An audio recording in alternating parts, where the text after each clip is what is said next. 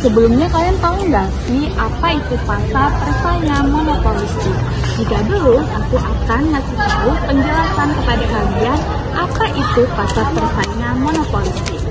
Nah, dari pasar persaingan monopolistik adalah pasar yang dimana produsennya yang menghasilkan produk yang sama namun memiliki karakteristik yang berbeda, baik itu dari kualitas, rasa, warna, bentuk, maupun kualitasnya.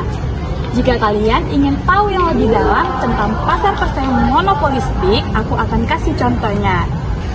Nah, contohnya di Indonesia ini banyak sekali yang kita temui pasar persaingan monopolistik di berbagai bidang, seperti makanan, minuman, pakaian, dan kosmetik, maupun lain-lainnya. Contohnya yang aku dapat rincikan adalah pasar mie instan, di mana produsen yang pertama yaitu menghasilkan produk mie instan rasa kari ayam, sedangkan di produsen kedua menghasilkan produk mie instan rasa rendang. Nah, tentunya mereka ini memiliki karakteristik yang berbeda-beda, maupun dari rasa, warna, kualitas, pelayanan, maupun ukurannya.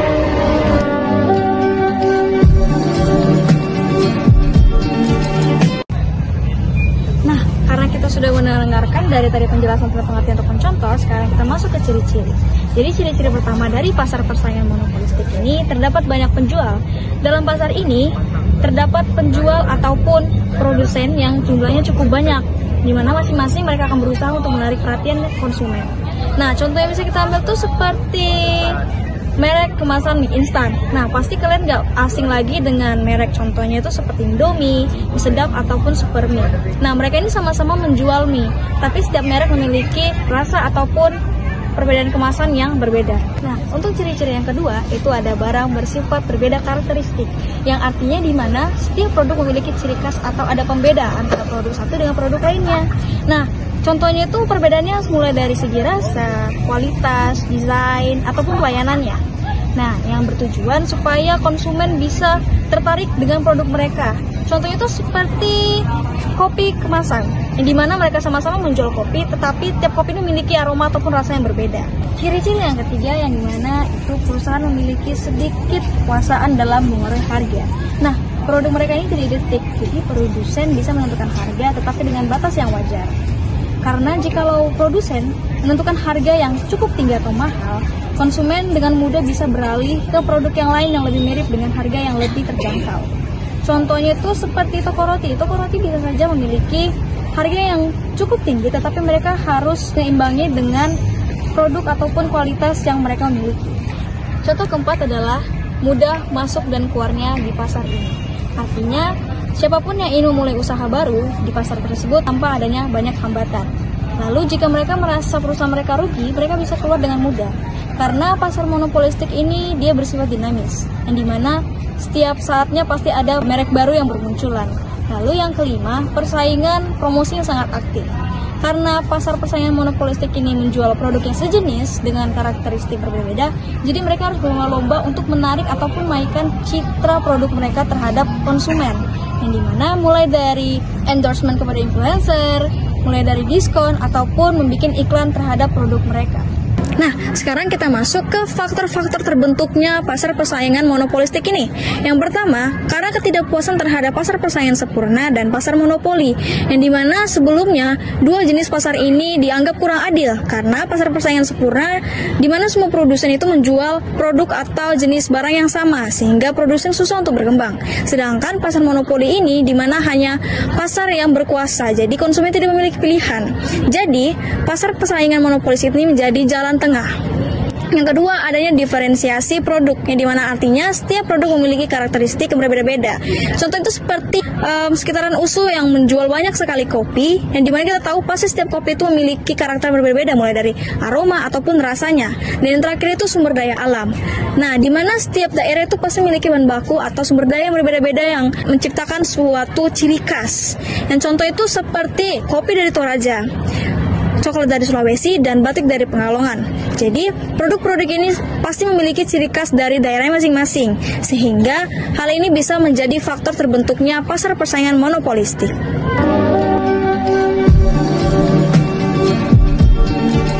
Nah, selanjutnya ada jenis permintaan pasar persaingan monopolistik. Jenis permintaan ini terbagi menjadi dua bagian, yaitu permintaan konvensional dan permintaan proporsional. Pertama, kita akan membahas tentang permintaan konvensional. Permintaan konvensional adalah ketika penjual menghadapi permintaan yang tidak sepenuhnya elastis karena masih banyak produsen yang menjual barang yang mirip tetapi tidak sama. Nah, yang kedua, kita akan membahas tentang permintaan proporsional. Permintaan proporsional berarti perubahan harga menyebabkan perubahan jumlah barang yang diminta dalam proporsi yang sama. Artinya, ketika harga suatu barang naik atau turun pada persentase tertentu, maka jumlah barang yang diminta juga akan menurun pada persentase yang sama. Selanjutnya, kita akan membahas keseimbangan dalam pasar persaingan monopolistik. Yang pertama, keseimbangan kurva dalam pasar persaingan monopolistik tidak bersifat elastis sempurna. Artinya, perubahan harga suatu barang tidak langsung menyebabkan perubahan pada jumlah barang yang diminta. Contoh, kalau harga kopi merek A harganya naik sedikit, sebagian pelanggan akan tetap membeli kopi merek tersebut karena menyukai keunikan dari rasanya dan tidak langsung mengganti ke kopi merek lain. Intinya adalah permintaan tidak elastis sempurna terjadi karena beberapa pelanggan menyukai keunikan dari suatu produk yang membuat mereka tidak beralih ke produk lain. Nah, yang kedua adalah kurva hasil penjualan marginal tidak berhimpit dengan kurva permintaan. Hal ini terjadi karena untuk menambah penjualan, perusahaan harus menurunkan harga suatu barang, bukan hanya untuk pembeli baru, tetapi juga untuk pembeli lama. Intinya, kurva hasil penjualan marginal berada di bawah kurva permintaan karena setiap tambahan penjualan berikutnya itu akan menurunkan semua harga secara keseluruhan. Inilah ciri khas dari pasar persaingan monopolistik.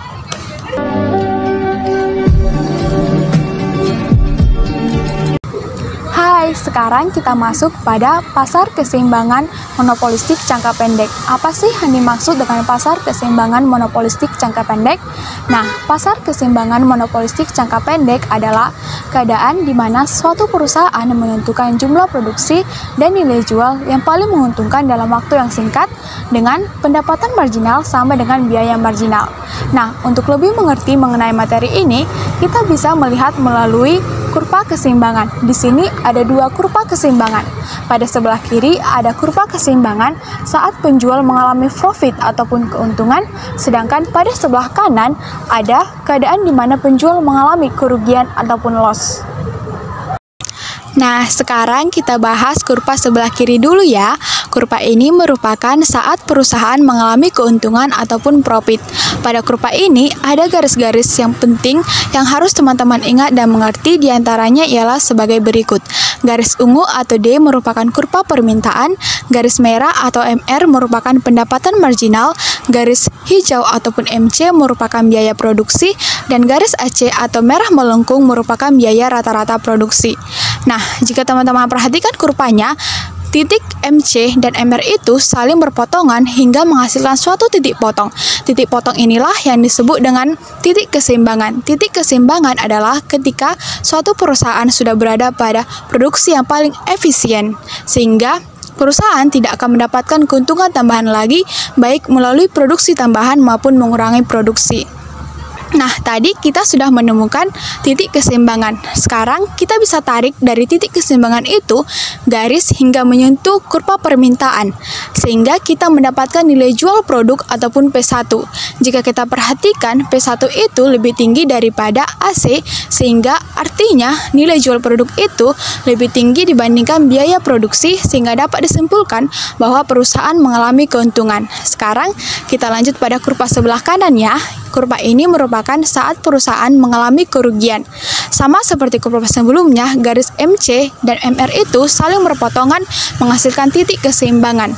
Nah, titik keseimbangan ini kita tarik hingga menyentuh kurva permintaan lagi hingga kita menghasilkan P2 ataupun nilai jual produk. Namun berbeda dari kurva sebelumnya, nilai jual produk di sini lebih rendah dibandingkan dengan biaya produksi sehingga dapat disimpulkan bahwa perusahaan mengalami kerugian. Nah, dari penjelasan itu kita dapat simpulkan bahwa pada pasar monopolistik jangka pendek itu ada 3 kondisi. Yang pertama adalah kondisi keuntungan, yang kedua impas, dan yang ketiga adalah kerugian.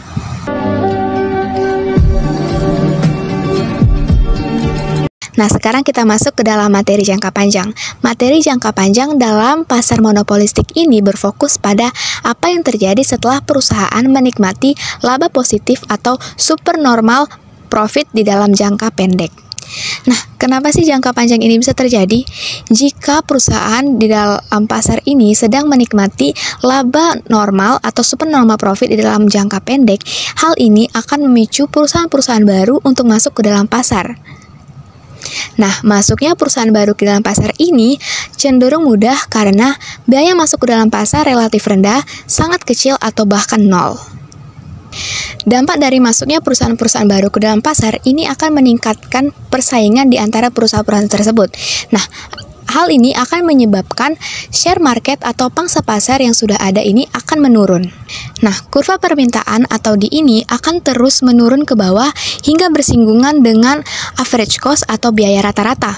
Nah, pada titik singgung ini, harga atau P sama dengan average cost atau biaya rata-rata, dan kurva MR berpotongan dengan kurva MC. Jadi, posisi ini dikenal dengan Wrongland equilibrium atau keseimbangan jangka panjang. Artinya, perusahaan tidak mengalami keuntungan ataupun kerugian secara ekonomi murni.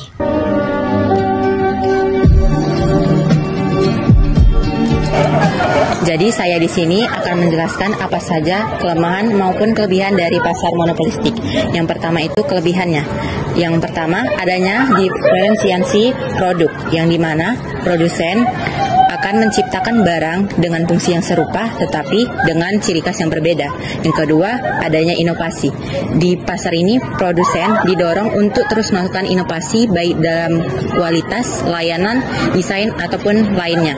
Yang ketiga, di mana konsumen akan memiliki banyak pilihan. Mereka akan memiliki banyak pilihan yang bisa menyesuaikan untuk kualitas, keinginan ataupun kemampuan finansial mereka.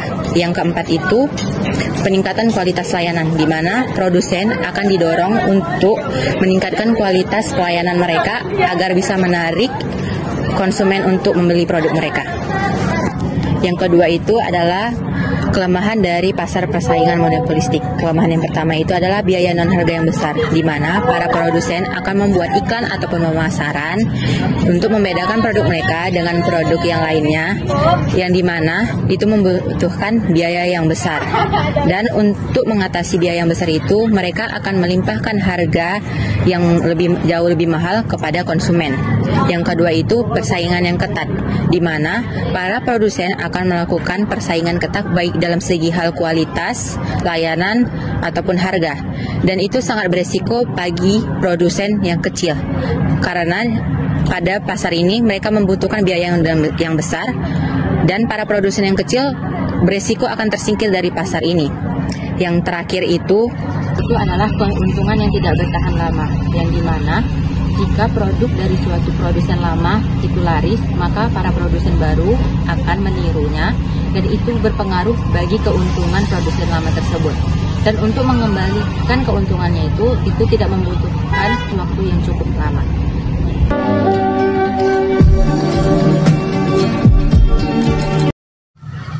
Jadi kesimpulannya, pasar persaingan monopolistik merupakan pasar yang memiliki banyak produsen menjual produk sejenis dengan karakteristik yang berbeda. Produsen memiliki pengaruh sedikit dalam menentukan harga, tetapi bersaing secara aktif melalui promosi.